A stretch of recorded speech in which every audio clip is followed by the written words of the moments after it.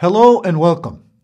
This month our videos will focus on the works of God, studying how our God works and cares for His creations, inspires us to fulfill our calling to serve the world. For our first session, we will take a close look at the experience of Jesus in the widow from the city of Nain. In our second session, we will apply what we learned in session 1 to our preparation for service for the departed. The third session will focus on angels in the ways God has used them to interact with His creation. Let's turn our attention to Jesus' interaction with the widow and her son from the city of Nain, from the 7th chapter of the Gospel of Luke. At the beginning of the chapter, Jesus healed a centurion's servant in Capernaum, and as a result, many joined him as he journeyed to Nain. In the 11th verse, Luke writes, "Now it happened the day after that he went into a city called Nain, and many of his disciples went after him, and a large crowd." Imagine the demeanor of this crowd. Jesus had healed a sick person, so many were likely in a celebratory mood. Perhaps others anticipated the next miracle that Jesus would perform, and were excited about what could possibly happen next. Now picture the funeral procession coming the other way.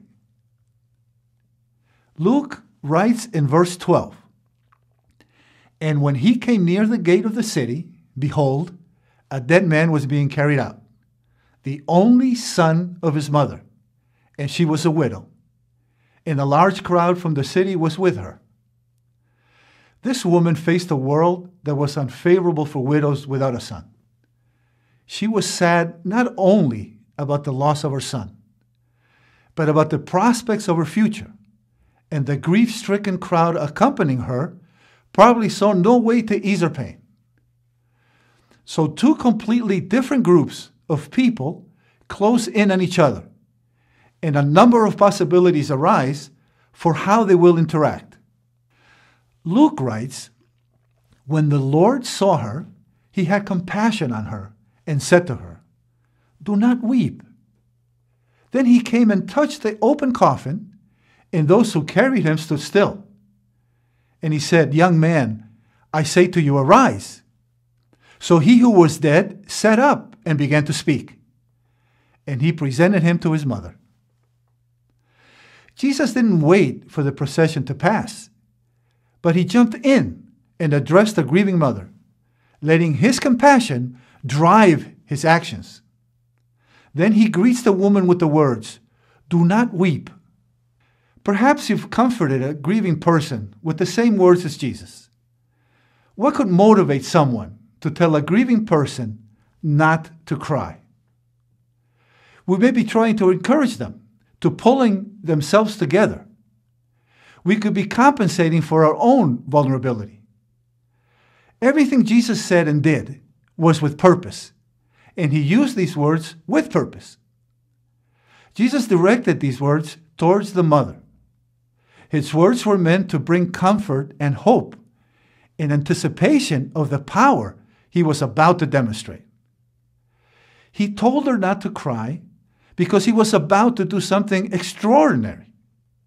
Jesus wanted her to pause, wait, and experience the glory of God. Jesus crossed the boundaries of ritual purity and tradition and risked ceremonial uncleanliness. Breaking through the uncomfortable and unthinkable, Jesus reached out, touched the coffin, and called out to the young man to rise up. This astonishes the crowd that has been following Jesus since the healing of the centurion's servant.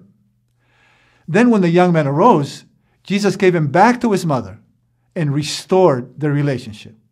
She was no longer hopeless and lost. Her life was made whole again. Jesus turned this procession of death into a procession of life. In raising of the young man of Nain, God in Jesus Christ manifests himself as Lord over living and the dead. Luke finishes his report of the event talking about the crowds. They were filled with awe and praising God. "A great prophet has appeared amongst us," they said. God has come to help his people. This news about Jesus spread throughout Judea and the surrounding country. Jesus impacted both groups of people, and both left changed with an incredible story to tell. They now saw Jesus as a great prophet like Elijah and Elijah. Can you imagine encountering the mother and son in their expression of joy? When we recognize Jesus impacting our life, our expression and our witness should be changed forever. God's greatest expression of love for mankind was delivered to the world through the compassion of Jesus. Just as with the widow, Jesus' compassion for mankind was followed by his actions on the cross. It is God's work to extend salvation to all. By following Jesus' example, we can live on purpose for our God and extend his love to the world around us when we pause to see, be moved by compassion, and take action. Fueled with knowledge that our God is with us, we should discard our own vulnerability and face uncomfortable situations in order to help the broken, the grief-stricken, and those who have been cast aside so that they can come to faith in Jesus Christ. That concludes our session. Next time we'll discuss service for the departed and how God works in those realms.